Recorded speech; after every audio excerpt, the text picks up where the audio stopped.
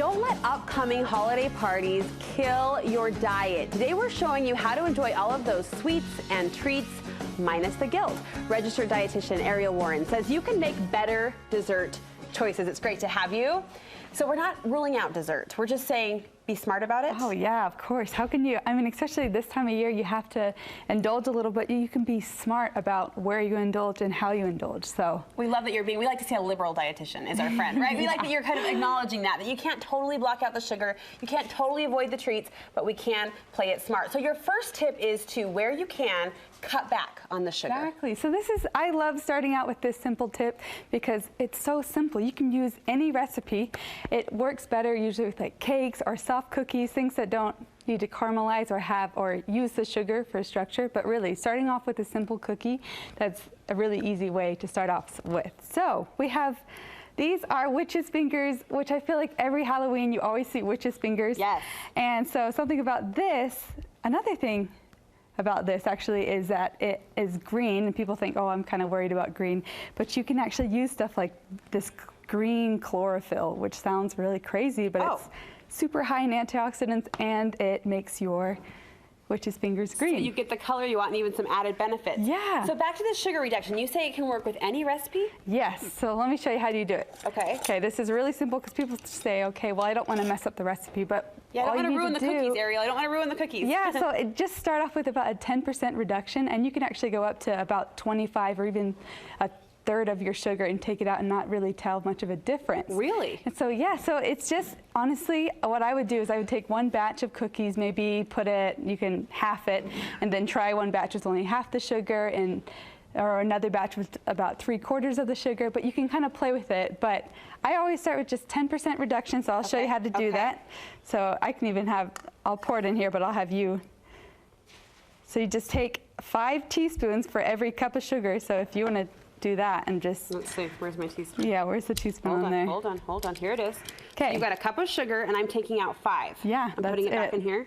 Wherever you want to put it. 1, 2, those are heaping. I better be a little less generous. 3, 4, 5, 10%. Okay, that's perfect. So that's a 10% reduction. So for every cup, just take out 5 teaspoons. And that's such a simple way to just reduce the sugar. And how do you make up the sweetness, or do you need to? Oh yeah, so another great thing you can do when you do cut out sugars, you can increase your vanilla or your cinnamon or any kind of your sweet spices like that. But that's an easy thing to do, just knock up that. Huh? And I mean, you think 10% over time could really add up. Yeah. It could really add up. All right, next tip is to focus on natural where and when you can. Yes, so I love these little monsters because obviously you can tell they're the cutest they're monsters not I've ever perfect, but that's what kind of makes them more monster-like. So this is a really, really fun thing to do with your kids. Yeah. And they're actually really, really great nutrition for your kids because you have this great protein from the peanut butter, and then you have the fruit with the apples and the strawberries, and then you have some added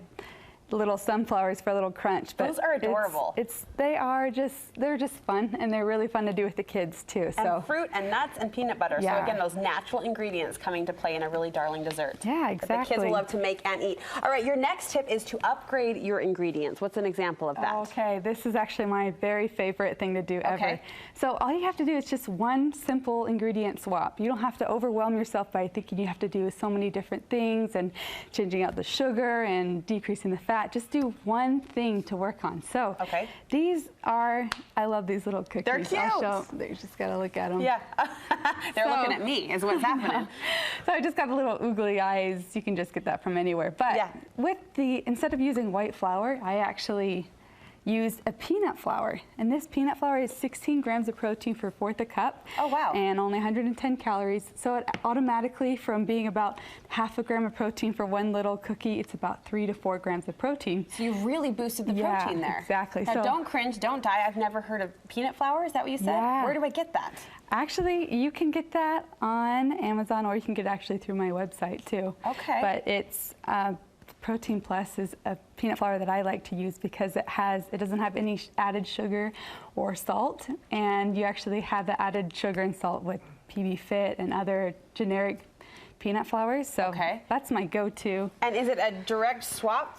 Peanut flour for flour? Oh, so that's a great question too. So what you want to start off with is taking your flour, cutting in half and swapping just half of it.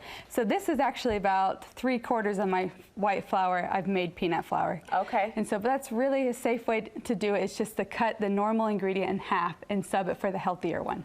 All right, here's a question I have. For those people who really are trying to stay on track with their healthy eating or their diets as they are, what do you think about the concept of a cheat day or a treat day? Do you like that idea that one day I'm going to allow myself to splurge a little bit? Yeah, so I think that if it helps you be more motivated and it's your way of having more structure and some boundaries, it can be good, but you fall into a hole or you fall into some trouble when you say, okay, this is my cheat day, I'm just gonna gorge and eat whatever I want, because that's when you get in trouble. So, so I am definitely the person that likes to just have more moderation, because if you obsess over something, that's when your brain's going to think, oh my gosh, I have to have that, and then your body feels those extra cravings, like you need it more than you really do. Okay, you also encourage your clients and others to be a dessert snob. Yeah. Explain this idea. Okay, so that one's kind of funny. So when you go to a holiday party, you usually see, I don't know, 10, 15, so many yummy desserts. Right.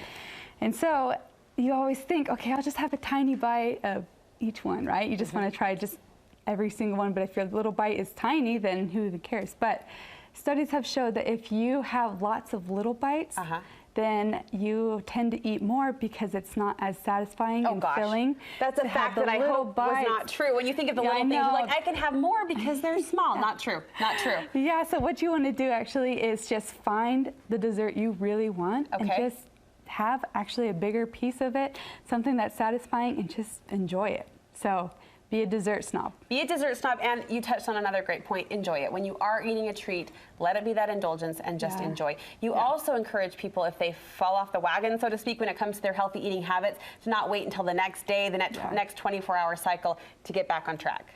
That's huge, because how many times do we say, oh my gosh, I slipped up, and it's breakfast. So what are you going to do for the rest of the day? You're so there goes lunch, there goes dinner, it's all to waste. And then you think, I'm just going to eat as many treats as I possibly can, so I won't even want them tomorrow. And so and then you feel terrible the next day because, I don't know, you probably ate all of these foods that you wouldn't have eaten, but you just felt pressured to eat that. It's kind of like you're inside my head right now. I'm just saying, it's kind of like you're inside my brain. Yeah, I think we all connect to that idea. So a new day, a new moment can start at any moment, really. At any moment, really. Even if it's, just nix the mentality of, hey, I'll just start tomorrow. It really is. Just start right then. You can make so many good decisions for the rest of the day still. Great steps to healthier eating, healthier desserts even. If people want more advice or inspiration, where can we find you? Happybody.com. Happybody.com. Thank you. It was great to meet you. Great to have you.